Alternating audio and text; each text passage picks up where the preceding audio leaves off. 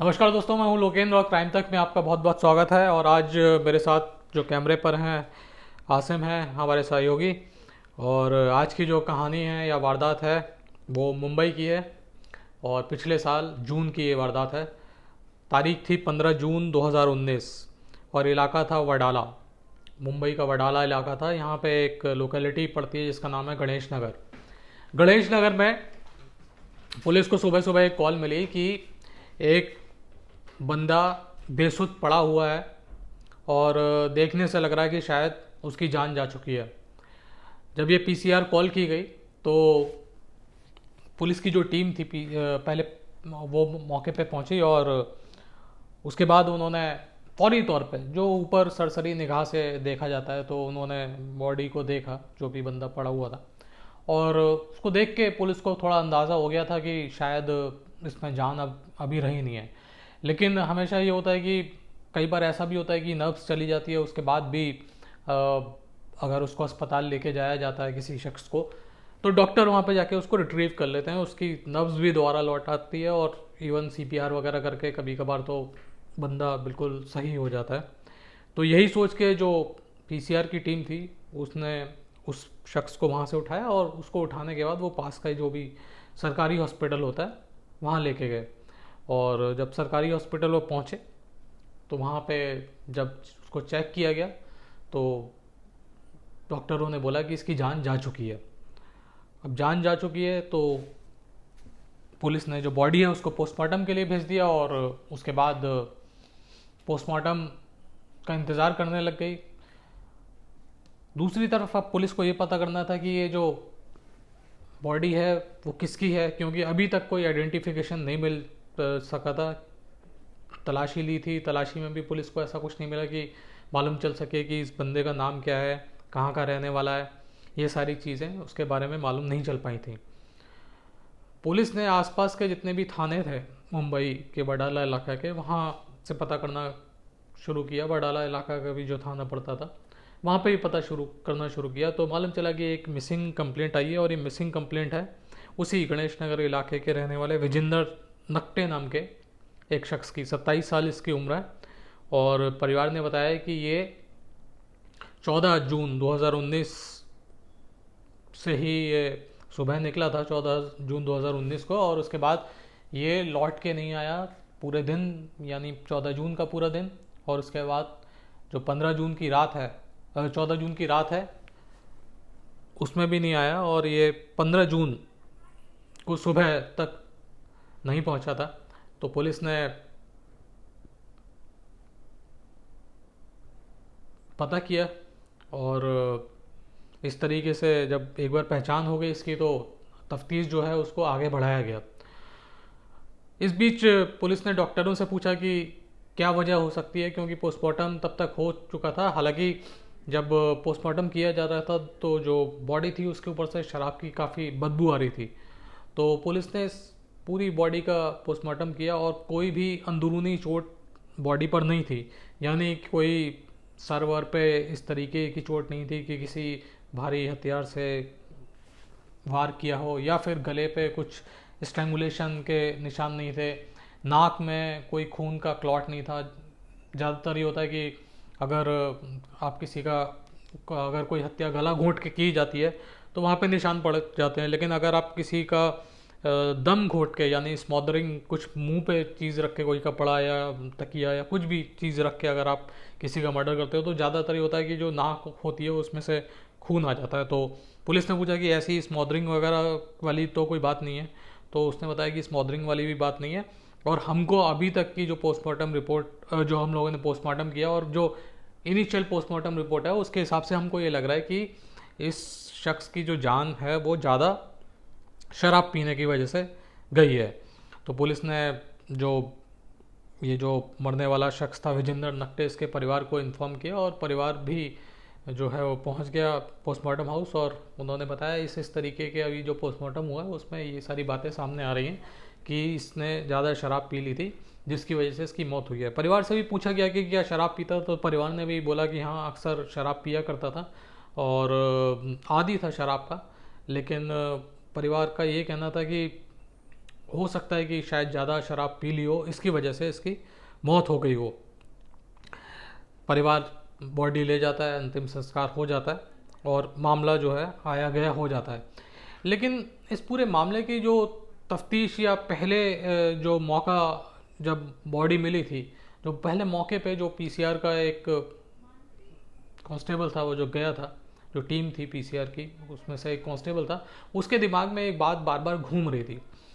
और आपको मैं ये बता दूं कि पीसीआर में जो तैनात कांस्टेबल होते हैं वो अलग होते हैं और जो थाने में जो कांस्टेबल तैनात होते हैं वो अलग होते हैं।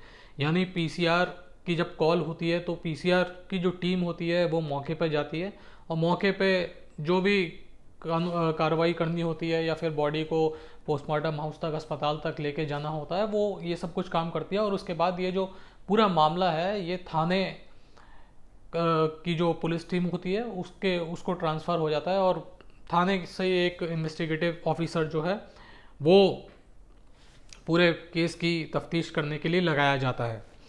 तो इस मामले में ये हुआ, लेकिन एक पुलिस ऑफिसर जो उस थाने का था वो तो भले ही तफ्तीश कर रहा था, लेकिन पीसीआर वाला जो पुलिस वाला था वो जब मौके पे पहुंचा था तो उसने बड़ी अजीब व गरीब चीज़ देखी थी और वो उसके दिमाग से निकल नहीं पा रही थी। तो वो जो भी इन्वेस्टिगेटिव ऑफिसर था और जो अधिकारी थे जो बडाला पुलिस थाने के जो बड़े अधिकारी थे उनके पास वो पहुंचा और उसने बोला कि साहब मुझे एक चीज़ बड़ी अजीब लगी इस पूरी ये जो बॉडी मिली थी, और शुरुआत में तो यही लग रहा है कि शराब पीने से मौत हुई, लेकिन मुझे शक है कि ये मौत शराब पीने की वजह से नहीं हुई।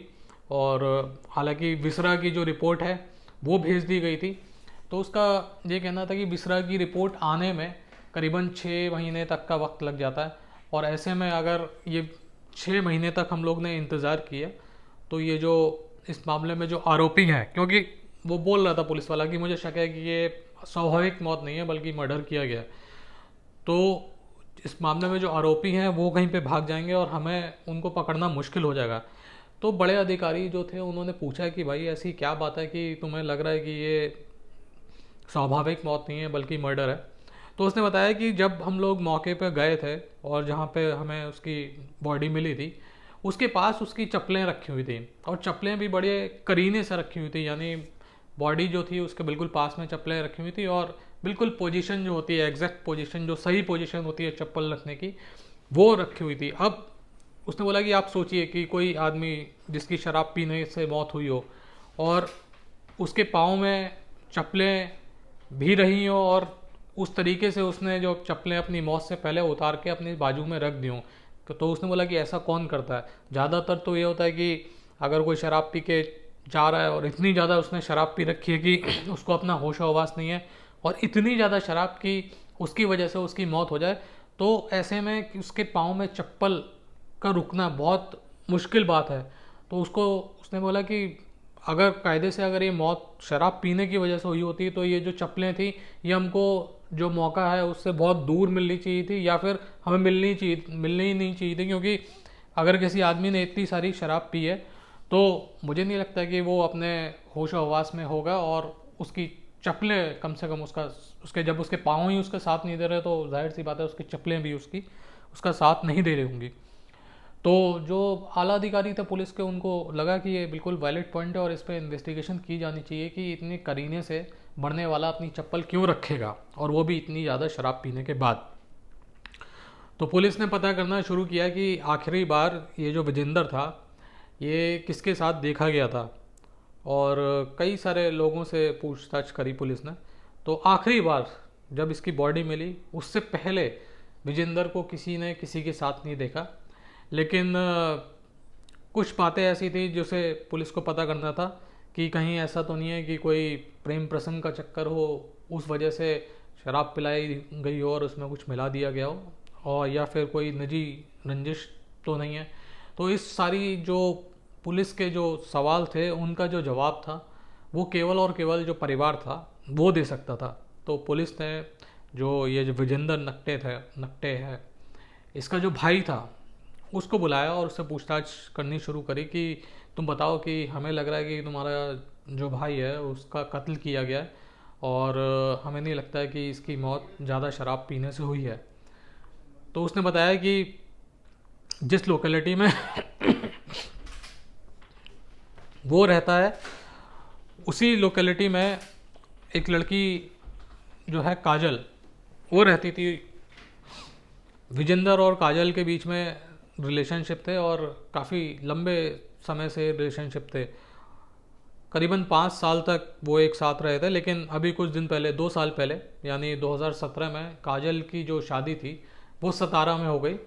और लेकिन शादी के बाद भी ये जो विजेंदर है वो अक्सर काजल से मिलने जाया करता था और दोनों की अक्सर फ़ोन पर भी बात हुआ करती थी। यानी लगातार वो एक दूसरे के साथ कम्युनिकेशन में थे, कोई कम्युनिकेशन गैप नहीं हुआ था। और दोनों ही परिवारों को मालूम था कि दोनों के बीच में शादी के बाद भी अफेयर चल रहा है। हालांकि ये जो विजेंदर था इसकी शादी नहीं हुई थी, लेकिन ये जो लड़की थी काजल, इसकी शादी हो गई थी। अब पुलिस की एक टीम जो थी वो सतारा पहुंची और क्योंकि उनको लगा कि शायद हो सकता है कि इस मामले में काजल का कोई रोल हो, तो बात की जाए उससे जाके। तो पुलिस की एक टीम सतारा पहुंची और सतारा में जो काजल थी उससे पूछा कि इस तरीके से जो तुम्हारा पूर्व प्रेमी या वर्तमान प्रेमी है विजेंदर, उसकी मौत हो गई है और हमें ये शक है कि उसकी मौत जो है वो स्वाभाविक नहीं है बल्कि उसका कत्ल किया गया है। तो इस पे काजल का ये कहना था कि मेरी उससे मुलाकात होती थी, मेरी बात होती थी, लेकिन जिस दिन उसकी लाश मिली है यानी 15 जून की सुबह, तो 14 जून को भी मेरी कोई बात नहीं हुई और मिलना जुलना तो मेरा हुआ ही नहीं करता था। और आप भले ही मेरे जो लोकेशन है वो मोबाइल फ़ोन की आप लोकेशन देख लीजिए, मेरी लोकेशन सतारा की है और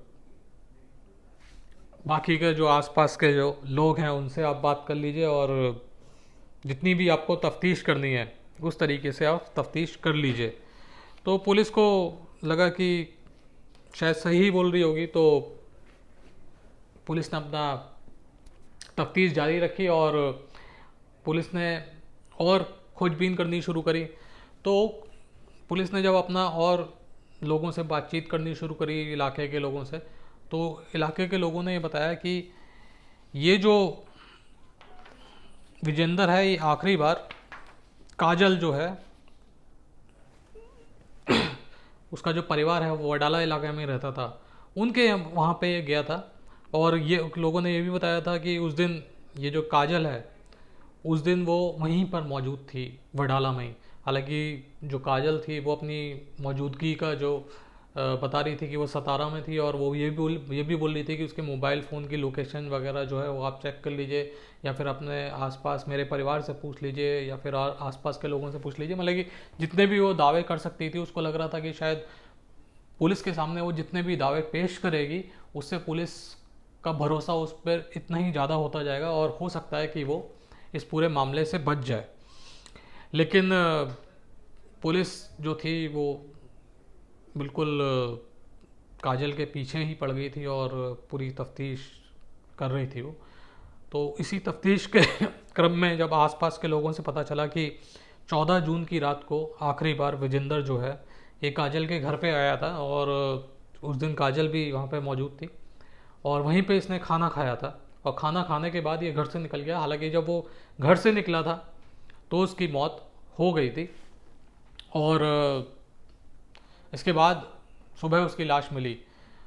अब पुलिस के पास एक गवाह था या 2-3 जो गवाह थे वो तो बता ही रहे थे कि काजल मौजूद थी। तो पुलिस ने अब एक बार फिर से ये जो लड़की थी काजल, इसको बुला के इंटरोगेट करना शुरू किया और जब सख्ती से इससे पूछताछ करी तो इसने अपना जुर्म है वो इसने कबूला और इसने बताया कि मैं शादी के बाद भी विजेंदर के टच में थी और अब हालत ये हो गई थी कि वो चाहती थी काजल कि अब उसका जो रिलेशन है वो विजेंदर से आगे ना बढ़े, लेकिन ये जो लड़का था ये उस पर दबाव डालता था और उसको धमकी देता था कि अगर तुम मेरे साथ रिलेशन नहीं रखोगी तो मैं तुम्हारे पति को या तुम्हारे ससुराल में जो भी तुम्हारे रिश्तेदार हैं उन सबको बता दूंगा। और इसकी वजह से दोनों के रिलेशनशिप में काफ़ी तनाव आ गया था। यही सारी बातें काजल ने अपने परिवार को बताई और उन्होंने बताया कि इस तरीके से ये जो विजेंदर है मेरे को परेशान कर रहा है और अगर इस तरीके से चलता रहा तो मेरी जो शादी है वो टूटने के कगार पे आ जाएगी। अगर इसको नहीं रोका गया तो फिर बहुत मुश्किल होने वाली है। तो ये सारी बातें काजल ने अपने परिवार को बताई, जो वडाला इलाके में ही रहता था, जहाँ पे विजेंदर का परिवार रहता था। तो 14 जून की रात को इन लोगों ने प्लान किया, विजेंदर को बुलाया। उसको पहले विजेंदर को इन लोगों ने खाना खिलाया, और खाना खाने में इन्होंने बहुत ही, कहा जाना चाहिए कि रिसर्च करने के बाद इतनी मात्रा में, इतनी क्वांटिटी में चूहे मारने की दवा डाली कि वो पोस्टमार्टम रिपोर्ट भी अगर हो, विसरा रिपोर्ट भी आए, तो उसमें भी वो ना आ पाए कि इसके जो खाना था उसको, उसके अंदर जहर दिया गया था। इस तरीके की उन्होंने पूरा प्लान किया था और इस तरीके की रिसर्च उन्होंने करी थी। इस तरीके की क्वांटिटी उन्होंने चूहे मारने की दवा की चूज़ की थी कि किसी भी तरीके से वो पाक साफ निकल जाए, चाहे वो पोस्टमार्टम रिपोर्ट हो, चाहे विसरा की रिपोर्ट हो, या फिर ऊपर से जो बॉडी है उसको देखें। किसी भी तरीके से वो इस पूरे मामले से निकलना चाहते थे। खाना इन्होंने पहले खिलाया विजेंदर को, उसमें जहर पिला दिया, और उसके बाद खाना खाने के बाद उसको, ये जो काजल थी, उसने शराब भी पिलाई। और 2-3 ग्लास शराब पीने के बाद जो विजेंदर था वो मौके पर ही, कहा जाना चाहिए कि बेहोश हो गया, और वो काफ़ी देर तक, पूरी रात तड़पता रहा। और करीबन सुबह 3, साढ़े 3, 4 बजे जब उसकी जिस्म में हरकत बंद हो गई, तब इन्हें लगा कि शायद इसकी मौत हो गई। और उसके बाद इन्होंने इसको चेक किया, इसकी नब्ज़ टटोली।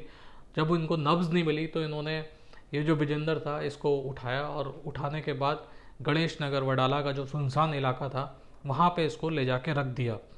साथ में इन्होंने जो विजेंदर की जो चप्पलें थी वो भी उठाई, और उठाने के बाद विजेंदर के पास बड़े करीने से रख दी।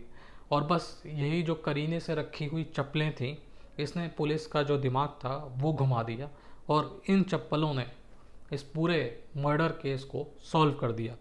तो इस तरीके से एक बड़ा अच्छी इन्वेस्टिगेशन जो थी पुलिस ने करी। करीबन महीने भर का वक्त लगा पुलिस को इस मामले को सुलझाने में, लेकिन काफ़ी अच्छी इन्वेस्टिगेशन करी। और पूरा मामला जो था, जो शायद हो सकता है कि जिस तरीके की इन लोगों की तैयारी थी कि विसरा रिपोर्ट में भी जहर की जो पुष्टि थी वो ना हो पाती, क्योंकि इन लोगों ने किसी प्रोफेशनल से बात करके ही उसी क्वांटिटी के हिसाब से ही उस विजेंदर के खाने में जहर डाला था। तो हो सकता है कि मामला जो है वो अनसॉल्व रहता, लेकिन एक पीसीआर पे तैनात कांस्टेबल और उसकी पारखी नज़र, और उसके बाद जो चप्पलें थी जो करीने से रखी गई थी, उसने इस पूरे मामले को सुलझा कर रख दिया। तो आज के लिए इतना ही, और फिर आपसे मुलाकात होगी। तब तक के लिए अपना ख्याल रखिएगा, और इसके अलावा जो कोरोना काल चल रहा है तो उसमें आप जितना हो सके घर के अंदर रहिएगा। Thank you.